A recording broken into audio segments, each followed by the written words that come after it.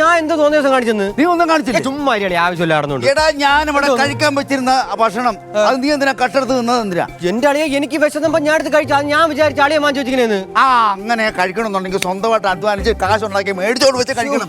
അല്ലാതെ വില ഉണ്ടാക്കി വെച്ചിരിക്കുന്ന എടുത്ത് കഴിക്കുന്നത് എന്റെ മനുഷ്യ ഒരു 3 പൊറോട്ടയും മുട്ടക്കറിക്ക് വേണ്ടി ഇങ്ങനെ അടി വെക്കല്ലേ നോയിക്കൊണ്ടിരിക്കുന്നു. നാണക്കേട് എനിക്ക്. 3 പൊറോട്ട എന്നല്ല, പൊറോട്ടയ്ക്ക് മുട്ടയ്ക്ക് വേണ്ടി ഞാൻ ഒത്തിരി ആലഞ്ചവനാ ഞാൻ. എന്റെ ദൈവമേ, എന്റെ ചേച്ചി ഏത് സമയത്തും ഈ കിഴങ്ങനെ കൊണ്ട് വന്നത്. നിന്റെ ചേച്ചിയും നിന്നെയും ഈ നിമിഷം ഞാൻ ഡൈവോഴ്സ് ചെയ്യും. ഡൈവോഴ്സ് ചെയ്യും. എങ്ങനെ ഡൈവോഴ്സ് ചെയ്യുന്നു? നിന്റെ ചകട ഉണ്ടല്ലേ കിടക്കുന്ന സാധനം ഇന്ന് രാത്രി ഞങ്ങൾ പെട്രോൾ കത്തിക്കൂടാ. അമ്മ സത്യത്തിൽ എന്റെ ബൈക്കിനെ വല്ലതും ചെയ്ത് കഴിഞ്ഞാൽ ഏറിൽ നിന്ന് കത്തുവേ. കാര്യം പറയാം, അളിയനെ വെച്ചമ്മേക്കാക്ക് വീട്ടിൽ ഞാൻ ചുറ്റും എന്റെ ബൈക്കിനെ പോയിട്ട് പറഞ്ഞ കേട്ടാ. ആളിയാന്ന് പറഞ്ഞ് കിടക്കുന്നത് സ്വസ്ഥത കളയാൻ വേണ്ടി കുറയണം അറിയാം എനിക്ക്.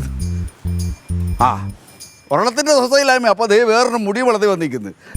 കുളിക്കത്തില്ല, നനയില്ല, പല്ലുതപ്പില്ല. ഫ്രീക്കനോ ഫ്രീക്ക് പോയോ? രാത്രി പട്ടിണിയാണല്ലോ ദൈവമേ. ഇതെന്തോണ് അങ്കിള് എന്നെ പറഞ്ഞിട്ട് പോണത്? ബോധമില്ലാവരെന്ന് വിളിച്ചു ഇവരൊക്കെടാ മിണ്ടണ്ട. ദേ ഇപ്പൊ നീ ഇവിടെ ഇത് ചോദിച്ചില്ലേ, ഇത് പുള്ളിനോടാ ചോദിച്ചെങ്കിൽ വേറൊരു തരം പെർഫോമൻസ് ഇപ്പൊ കാണുമായിരുന്നു.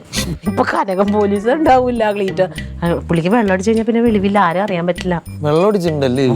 പിന്നെ അല്ലാതെ ഇങ്ങനെയൊക്കെ അല്ലെങ്കിൽ ഭയങ്കര മാന്യനാണ് പുള്ളി. ഒരിക്കൽ എല്ലാരും ഇവിടെ അമ്മ ഉള്ള സമയത്ത് എല്ലാവരുടെ വിളിച്ച് പാർട്ടിക്ക് വിളിച്ചു. പുള്ളിക്ക് അവാർഡ് കിട്ടിയതിന്റെ. എന്തിന്റെ അവാർഡാണ് കിട്ടിയത്? നാടകത്തിന്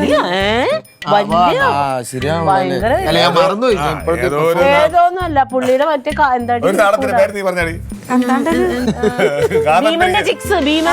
ഭീമന്റെ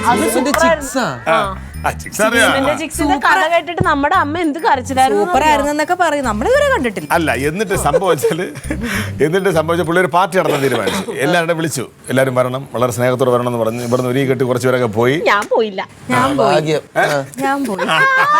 ലില്ലിയാൻറ്റി പോയായിരുന്നോ? അമ്മയും പോയി. ആര് വിളിച്ചോ? ഇവിടെ ആര് വിളിച്ചു നിങ്ങളെ? കാലത്തിനൊക്കെ ഇവരെ എറിഞ്ഞു ഓടിച്ചടാ. പോയതേ ഓർമ്മയുള്ളൂ, അതേ സ്പീഡ് ഞങ്ങൾ തിരിച്ചു വിടത്തി. ഞാൻ അന്നേ പറഞ്ഞ ആവശ്യമില്ല.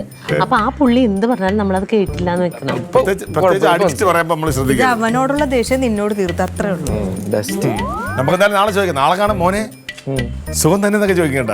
മുടിയൊക്കെ നന്നായി നോക്കണോട്ടാ എന്ന് പറയും. പുള്ളിക്ക് നേരത്തെ ഇത്രയും മുടി ഉണ്ടായിരുന്നടാ, അതിന്റെ അസൂയാണ്.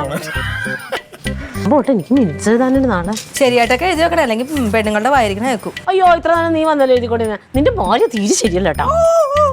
എന്റെ പെൺപുലിന്നൊക്കെ നിന്നെ പുറത്താക്കണം. എങ്ങനെയാലും ഒന്ന് പുറത്താക്കിയാൽ മതിയായിരുന്നു. എവിടെങ്കിലും സമാധാനമായിട്ട് വിട്ടിരിക്കുമല്ലോ. അങ്ങനെയൊന്നും ഞാൻ ഇരിക്കത്തുമില്ല. അങ്ങനെയൊന്നും ഞാൻ ഇരിക്കും.